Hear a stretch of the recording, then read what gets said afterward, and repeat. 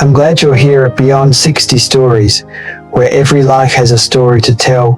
My best friend of 57 years just died, and what surprised me most was not the sadness itself, but the clarity that followed it. Loss has a way of cutting through noise, leaving behind truths that were always present, but rarely urgent. For decades, I believed I understood friendship simply because it had lasted.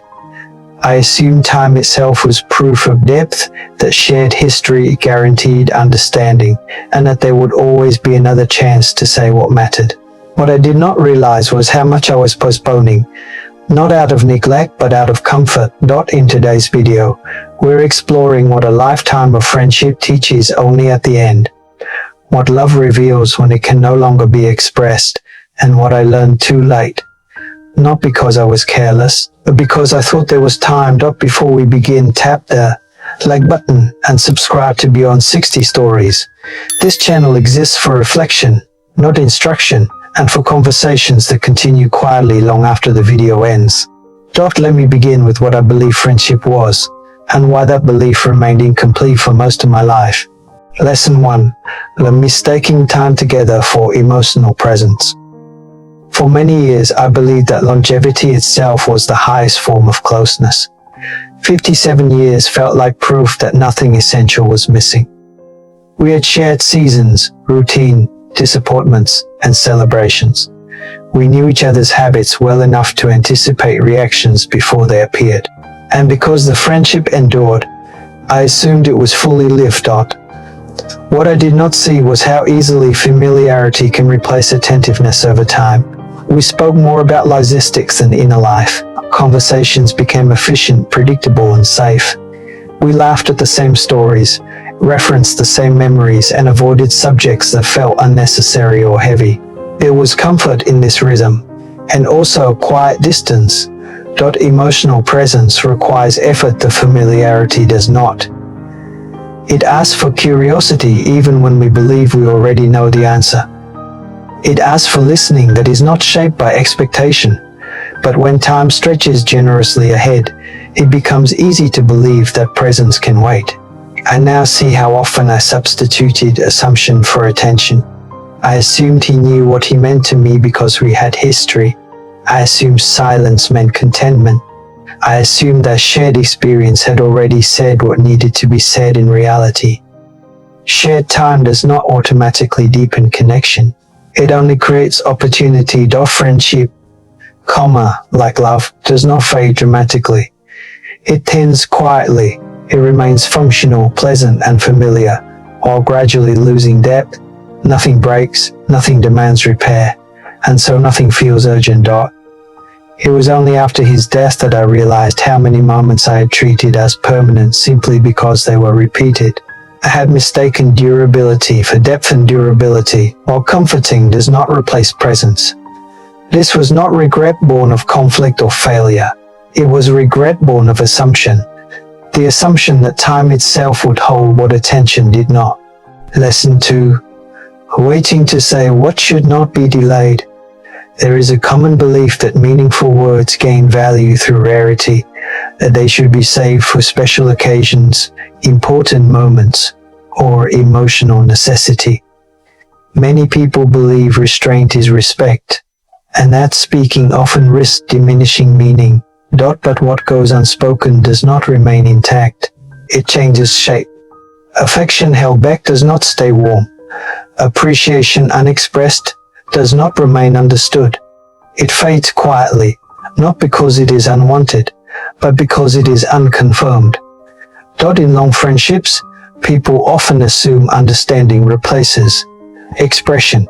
Gratitude becomes implicit.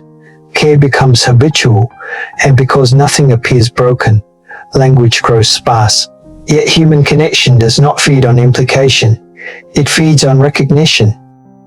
The belief that there will be time later is one of the most persuasive illusions in close relationships. It feels generous and patient. It suggests wisdom rather than avoidance. But time does not preserve emotional truth. It only delays its delivery. Many people realize this only after loss makes delay impossible. What remains is not only grief, but a clear inventory of words that never found their moment. Not dramatic confessions, but simple acknowledgements that could have been offered without cost. If this reflection resonates with you, share in the comments something you wish you had said sooner, or something you are choosing not to postpone anymore. These shared moments often remind others that expression does not require a perfect moment, only presence. Lesson 3. Love reveals yourself most clearly through absence. When someone is present, love is woven into routine. It is expressed through habits, shared references, and unspoken understanding. When someone is gone, love becomes visible through absence, through the spaces they once occupied, the conversations that no longer unfold, and the quiet adjustments life demands. After my friend died, I noticed how often I reached for him instinctively, not for advice, but for recognition, for the familiarity of being known without explanation. His absence revealed how deeply love had been embedded in the ordinary. Love, I learned, is not measured by intensity or declaration. It is measured by orientation, by who comes to mind uninvited, by whose presence shapes our sense of safety, by who makes the world feel navigable. This understanding did not make loss easier, but it made it clearer. It showed me that love does not disappear when someone leaves. It changes location, it moves inward, it becomes memory, influence, and responsibility. Friendship of that length leaves behind an inheritance, not possessions, but perspective. It shapes how one listens, how one values time, and how one recognizes what matters before it becomes fragile. What I carry now is not only grief but instruction. Not instruction in what to avoid, but in what to attend to while there is still presence to meet. This clarity does not arrive early. It arrives when distraction loses its appeal, and permanence reveals itself as illusion. And with this clarity came one final realization, perhaps the most important of all. Lesson 4.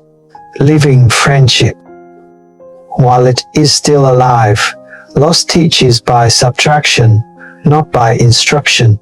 It removes what can no longer be adjusted and leaves behind a sharpened awareness of what still can be. Many people misunderstand this awareness as regret, but it is more accurately an orientation, a recalibration of attention that arrives too late for one relationship, but remains fully available for the others still breathing. Beside us, living friendship, while it is still alive, does not require dramatic gestures or sudden confessions. It requires something quieter and far more demanding. It asks for presence that resists comfort, attention that does not rely on history, and care that is offered without waiting for a reason. Familiarity can create the illusion that understanding has already been completed, that nothing essential remains unsaid. But familiarity is not the same as knowing. It is simply repetition without renewal. Not to live friendship consciously means choosing to speak without waiting for necessity. It means listening without assuming that decades of proximity have already done the work of attention. Over time, many friendships slide gently into routine, not because love fades, but because presence is replaced by memory. We remember who someone has been to us, and we stop meeting who they are becoming. This shift is subtle and rarely noticed while it is happening. Yet it is often the first distance that forms. Presence feels unnecessary when nothing appears wrong. There is no conflict to resolve, no crisis demanding closeness, no visible fracture to repair, and because it does not announce itself as urgent, presence is postponed, conversations are delayed, curiosity is softened, emotional availability is assumed rather than practiced. Yet it is precisely this quiet presence that gives relationships their depth. Not intensity, not frequency, but attentiveness, offered when it is not required. Friendship, like love, is not sustained by time alone. Time only keeps people adjacent. What sustains connection? The simple act of recognizing the other person as still unfolding, still changing, still worthy of attention beyond habit. Acknowledgement is choosing to remain emotionally available, even when nothing is being asked. It is refusing to let routine replace recognition or silence replace care. Many people believe closeness is preserved by avoiding discomfort, but closeness is preserved by honesty. It is gentle, and timely words spoken early do not need to be heavy. Appreciation expressed now does not carry the weight of finality. Presence practiced today does not feel dramatic. It feels ordinary. And that is why it is so easily overlooked. My best friend of 57 years just died. And what remains is not only memory but responsibility. Responsibility to live more honestly with the time that remains, to express without delay, to listen without assumption. What I learned too late for one friendship may still arrive in time for another. Loss does not only mark an ending, it clarifies a beginning that can still be chosen.